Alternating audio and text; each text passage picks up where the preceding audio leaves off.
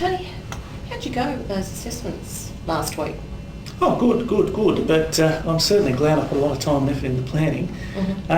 That's probably the real key to all assessment, is to put a lot of time and effort into planning. What I was trying to assess was competency using office machinery. And what I found I had to spend a lot of time doing was trying to figure out what evidence I could collect and how was I going to go about collecting this evidence. And once I did that and thought about that and drew up a plan on how much evidence I'd need, what sort of evidence I'd need, how could I ensure it was collected in a valid and reliable manner, the rest sort of fell out fairly easily. It's a very simple step once you've got a decent plan and you've got a good idea of all of those variables and how you're going to collect that evidence and where you're going to collect it, and is it feasible to collect it from there, what sort of fairness problems you may have or equity issues when you're collecting it, and even just simple pragmatic issues that are people available at the time. But the important part was, I found once you drew up a plan, from the plan the assessment tools naturally flow, and designing assessment tools is a fairly straightforward process, particularly if you know subject matter. You choose one or two assessment tools and they're fairly easy to design. But the important part I always find is you need to trial it.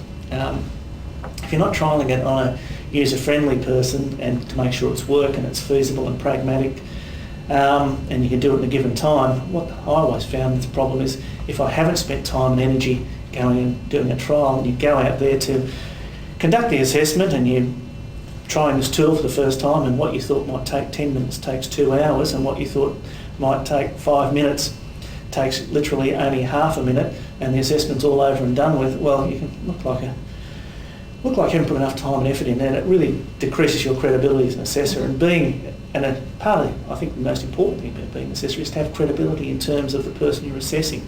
They have to respect your ability to conduct the assessment and respect your ability to make a judgment on the basis of their competence. And if you don't have credibility, they're not going to respect your judgment, and the result you give them and the qualification or whatever award you're giving them, the result of the assessment is going to have less value to them and less value probably to their organisation. And what assessment tools did you develop for last week?